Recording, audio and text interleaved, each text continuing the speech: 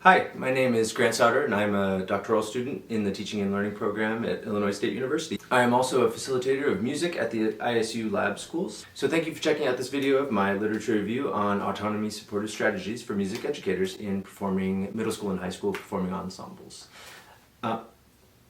Just one second, I'm so sorry, I just got a message here. Me who? So you are me. Me from the past?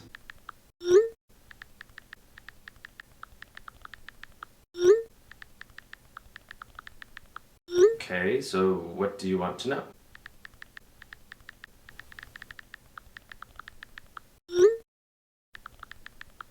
Alright, I get it.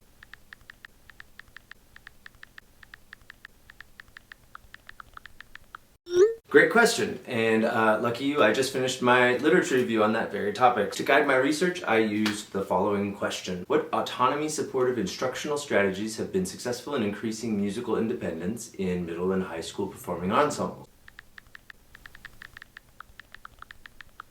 That's a good question. For teachers, autonomy might conjure up images like a free-for-all or a very permissive classroom environment. But according to self-determination theory, autonomy, along with relatedness and competence, is a critical piece of psychological well-being and optimal functioning. It's having a sense of self derived through agency, choice, and the belief that one has ownership of their behavior. Autonomy supportive is just kind of a fancy way to mean teaching in a manner that fosters independence in students.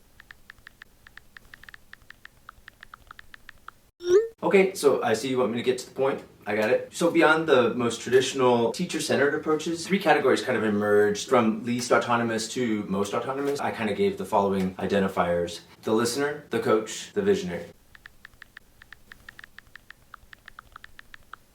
Well, being a musician might mean you're able to listen to the ensemble musically, but that doesn't mean educators are necessarily open to the ideas that their students might have. So the listener maintains a fairly traditional ensemble that's largely teacher-centered and focused on skills and performance. However, they might allow for some student input. For some strategies to include student input might be to let them have some choice in repertoire, student jobs, and some musical decisions regarding the performance. They might also include small group work, but it did seem that there were limits to these peer interactions by the educator selecting the groups based on skill and ability level, rather than allowing students to choose their own groups and music.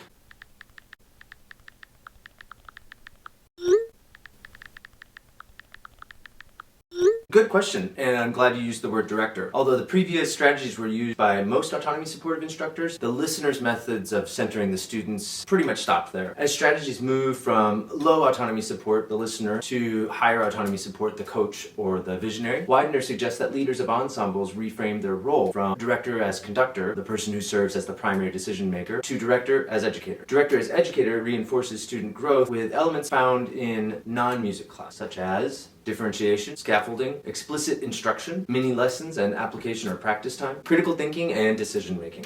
Cremata suggests a third option for reframing their role. This is the director as facilitator. Rooted in constructivist practices and leveraging the power of social interaction in learning, a facilitator guides students to build their own understanding.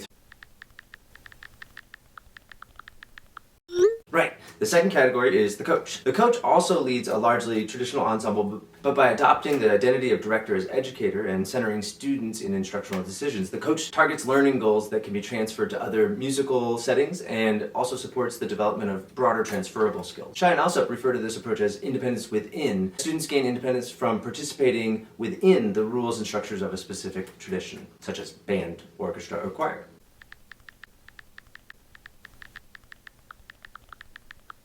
So that's part of it. In fact, there was a large focus in the literature on students' effectiveness with error detection and solution finding. This research showed that students were limited in strategies and that they could identify errors in peer performances, but often struggled to offer solution.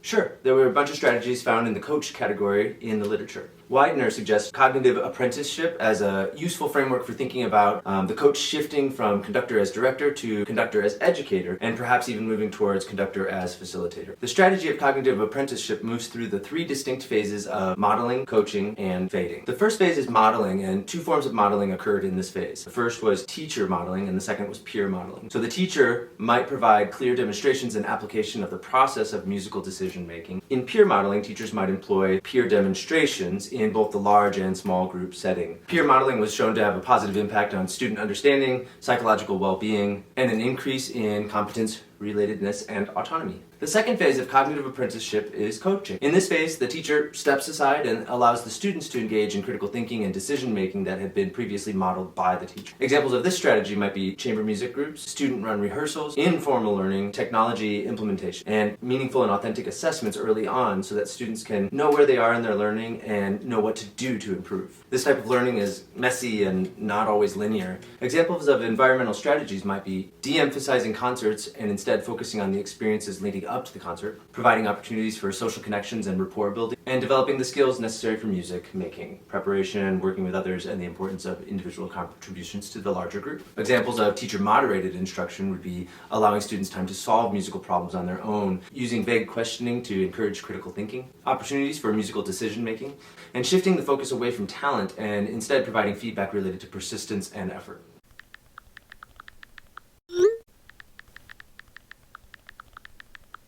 That's right. The third and perhaps most difficult of the phases is fading. Fading positions the teacher as an observer and a resource for students. And examples of fading might be students running chamber music groups, students planning, organizing, and running sectionals, students composing and conducting their own pieces without teacher intervention. In this phase, students are responsible for problem solving, decision making, and managing peer interactions with minimal support.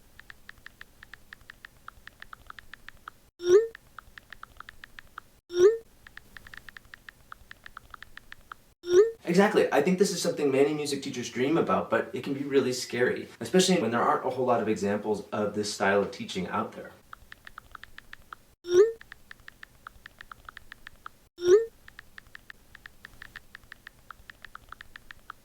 The main difference is how the learning space is used and how the educator views their role in the space. The visionary seeks to create a model of musical independence that imagines new ways to structure student-centered experiences and facilitates learning experience that often blur aesthetic lines of genre and culture, as well as time and space through digital sonic spaces. They might do this, for example, by incorporating non-traditional elements into their classrooms, such as technology and informal and popular music styles. Okay, well, remember the earlier concept of teaching independence from within? Well, Shai and Asa recommend extending that framework to independence with, through, and beyond. Teachers guide students to first understand the tradition's norms and codes, that's learning within, then apply that knowledge in a manner of their own imagination, that's learning with, through, and beyond.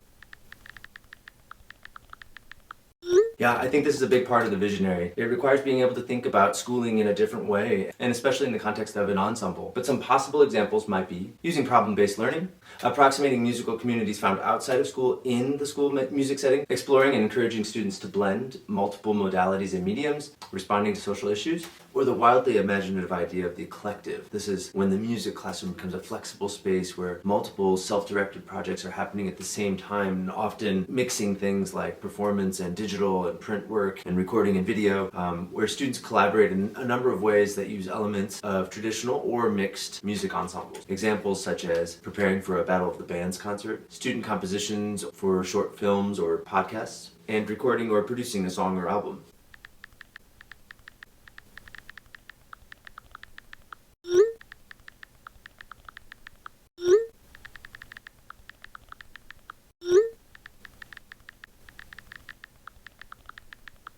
Fair point. Educators have to be careful not to produce environments where unclear expectations and norms may cause harm to students' relationships or fracture trust within the ensemble. Music educators also need to consider the structural and institutional factors that may impede independence. Classrooms exist within larger school environments, and those exist again within larger cultural environments, and often ignore the more structural and cultural influences of power.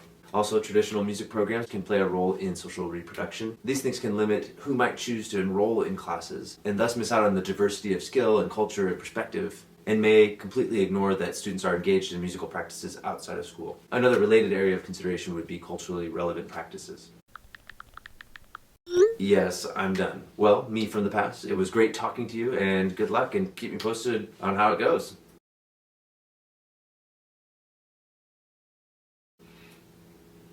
That's about right. Okay, thanks for the reminder. Here they are.